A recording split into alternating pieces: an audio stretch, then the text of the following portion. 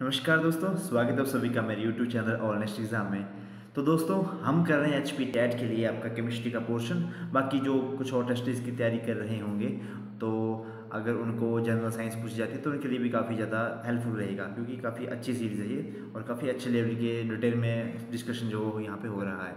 इसके बाद हम करेंगे कुछ इंपॉर्टेंट क्वेश्चंस की फॉर्म में, ठीक है। लेकिन अभी हम पहले डिटेल में ही कर लेते हैं, ठीक है, क्योंकि टॉपिक पता होना चाहिए, उसके बाद हम आपस में कर लेते हैं। तो जो आज का हमारा टॉपिक रहेगा वो रहेगा आपका बेस। हमने पिछले वीडियो में एसिड्स के बारे में पढ़ा था, तो आज की वीडियो में करवाने की कोशिश करूँगा आपको बेसिस और सॉल्ट जो है वो कंप्लीट। तो चलिए स्टार्ट करते हैं। ओके, तो बेसिस ऐसे सब्सटेंस होते हैं जो वाटर में डिजोल्व होकर OH नेगेटिव आयन जो है रिलीज करेंगे। क्या छोड़ेंगे? OH नेगेटिव आयन रिलीज करेंगे, जिसको हम हाइड्रोक्साइल आयन कहते हैं। The bases have tendency to accept the proton, यानी कि H पॉजिटिव आयन को क्या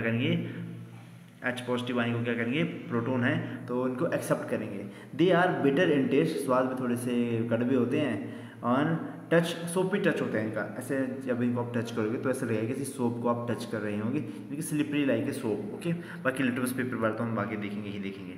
ओके, मैं पिछले 4-3 घंटे से कोशिश कर रहा था वीडियो बनाने की, लेकिन एक तो यहाँ पे इतना ज़्यादा शोर था, वो आपको पता ना आजकल इलेक्शन का टाइम है तो चला है यहाँ पे, और कंटिन्यू चले हुए थे। चलिए, तो bases they react with acid to neutralize them to form salt and water. ये हमने रिएक्शन की थी, न्यूट्रलाइजेशन रिएक्शन, जिसमें एसिड जो है वो बेस के साथ रिएक्ट करता है और क्या बनाता है? आपका सॉल्ट और वाटर बनाता है। नेक्स्ट है हमारा अब types of basis. On the basis of solubility, तो इसमें रहेगा आपका on the basis of solubility और on the basis of concentration.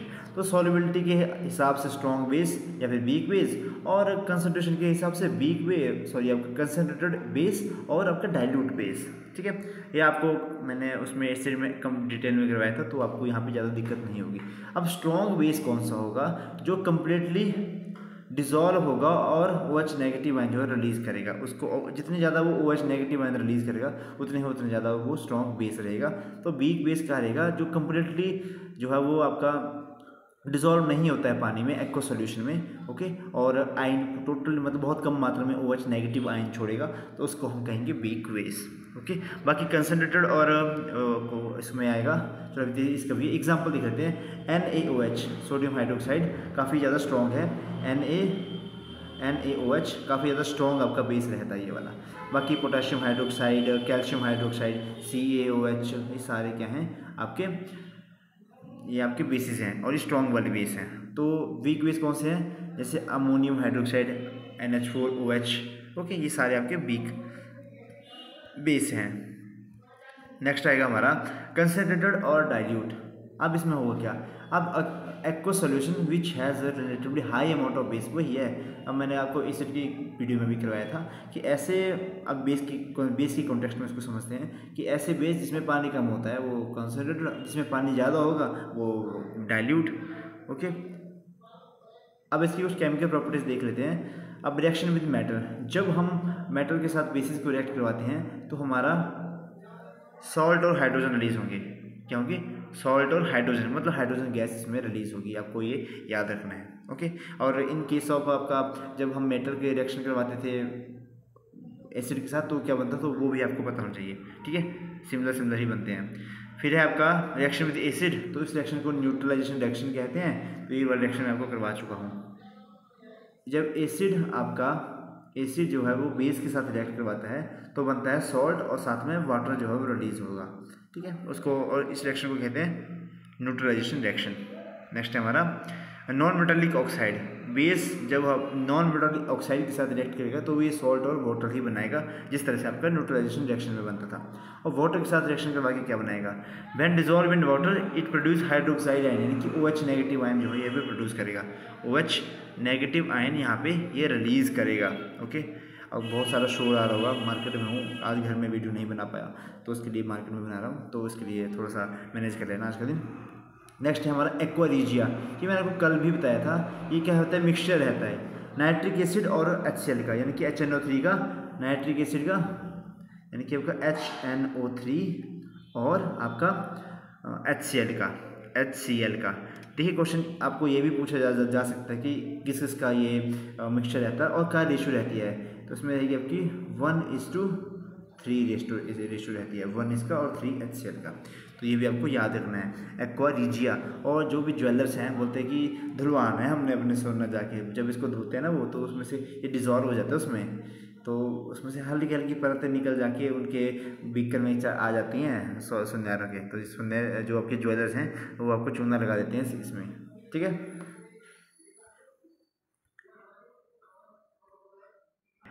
अब एक क्विक रिकैप देख लेते हैं एसिड और बेस का। जो पीएच लेवल रहेगा एसिड का वो 7 से कम रहेगा। आपको पता है कि पीएच स्केल होगा वो 0 से लेके 14 तक चलता है, 0 से लेके 14 तक चलता है, ठीक है। जो 7 होगा वो न्यूट्रल होगा, और 0 तक एसिड होंगे, और 14 तक आपके बेस होंगे, ठीक है। बाकी लिटमस पेपर टेस्ट देखेंगे तो जो ब्लू लिटमस को रेड में कन्वर्ट करता है वो एसिड, और doesn't change litmus but can return red. अब इसमें हो गया रेड लिटमस को ये ब्लू में कन्वर्ट कर देता है, सिंपल सा, ये याद रखें। एक स्वाद में खट्टे होते हैं एसिड, वहीं कड़वे कौन से होंगे आपके, बेस होंगे। ऑर्डर बर्निंग सेंसेशन, मतलब जब आपके ऊपर ये गिरेगा तो उसमें ऐसा लगेगा कि मतलब जल गई स्किन, और ये उनकी कोई गंध भी नहीं होती है बेसिस की। और टेक्सचर थोड़ा सा स्टिकी रहता है एसिड के केस में, और बेसिस के केस में थोड़ा सा स्लिपरी रहता है ये, ठीक है। अब आइए हमारी बारी लवण यानी कि आपके सॉल्ट की। The compound produce by the mixture, जब हमने पढ़ा था, हम इतने रिएक्शन पढ़े बैठे तो हम क्या पढ़ रहे थे, acid react with base and form salt and water. तो वही सॉल्ट है ये। जब हम एसिड को बेस के साथ रिएक्ट करवाते हैं तो हमारा सॉल्ट प्रोड्यूस होता है। A salt is an ionic compound which is found from group of ions with opposite charges, ठीक है। अपोजिट चार्जेस होंगे वो आपस में ज्वाइन होंगे तो बना देंगे आपका salt. Ion with opposite charge are called cation और एनायन। अपोजिट चार्ज वाले क्या कहेंगे, कैटायन और एनायन। ये भी आपको बताया था, नेगेटिव चार्ज वाले एनायन, पॉजिटिव चार्ज वाले कैटायन, ठीक है। अब टाइप्स ऑफ सॉल्ट 3 तरह के सॉल्ट होंगे। एक होते हैं एसिडिक सॉल्ट, एक होते हैं आपका अल्कलाइन यानी कि थोड़े से बेसिक सॉल्ट, एक होता है न्यूट्रल सॉल्ट, ठीक है। अब इनकी देख लेते हैं क्या पहचान है। पहले देखें एसिडिक सॉल्ट को। In its aqua solution turns blue litmus red. वो ये कि एसिड है तो ब्लू लिटमस रेड को कन्वर्ट करेगा। वहीं आपका अल्कलाइन होगा, ये रेड लिटमस को ब्लू में कन्वर्ट करेगा। और हमारा जो न्यूट्रल सॉल्ट होंगे इनका कोई इफेक्ट ही नहीं रहता है इसके ऊपर, ठीक है। फिर नेक्स्ट आएगा हमारा, तो टाइप्स ऑफ सॉल्ट में तो ये आ गया अम्लीय लवण यानी कि एसिडिक सॉल्ट में स्ट्रॉन्ग एसिड होंगे और वीक, वही है कि स्ट्रॉन्ग एसिड होंगे और वीक ये बेस होंगे, ये आपको पहले याद रखना है। स्ट्रॉन्ग एसिड वीक बेस, और इनकी pH वैल्यू 7 से कम रहेगी। एग्जांपल सोडियम बाइकार्बोनेट, ये वीक का सॉल्ट है हमारा। वहीं आपका बेसिक तो ये वीक एसिड होंगे और स्ट्रॉन्ग बेस होंगे, और इनकी pH वैल्यू जो होगी वो 7 से ज़्यादा होगी। एग्जाम्पल मैग्नीशियम क्लोराइड, ठीक है, मैग्नीशियम क्लोराइड हाइड्रोक्साइड और जिंक क्लोराइड हाइड्रोक्साइड। वहीं आपका उदासीन लवण यानी कि न्यूट्रल जो आपके सॉल्ट रहेंगे वो स्ट्रॉन्ग एसिड और स्ट्रॉन्ग बेस दोनों ही हो सकते हैं। pH वैल्यू उनके साथ ही रहती है। और एग्जाम्पल इसका कौन सा रहेगा, सोडियम क्लोराइड यानी कि NaCl, ये एक न्यूट्रल रहता है ना NaCl। फिर नेक्स्ट है हमारा, फिर कुछ कॉमन सॉल्ट के नाम देख लेते हैं। कॉमन सॉल्ट के नाम बस 2 स्लाइड है उसकी, फिर खत्म हो जाएगा।